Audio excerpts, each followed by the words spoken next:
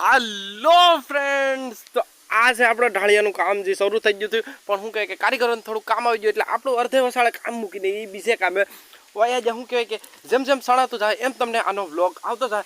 જરાક આપણે હાલો હવે ખેતરમાં આંટો મારી જઈએ.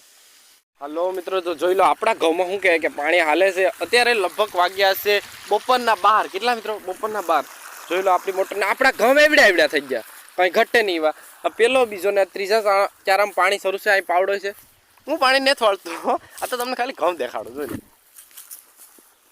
પછી આવી જાય આપણે ખેતરમાં. શું કહે કે મિત્રો આ છે ગાજર. આપણે એકાદું ગાજર ઉપાડીને જોઈ કેવડા ગાજર છે.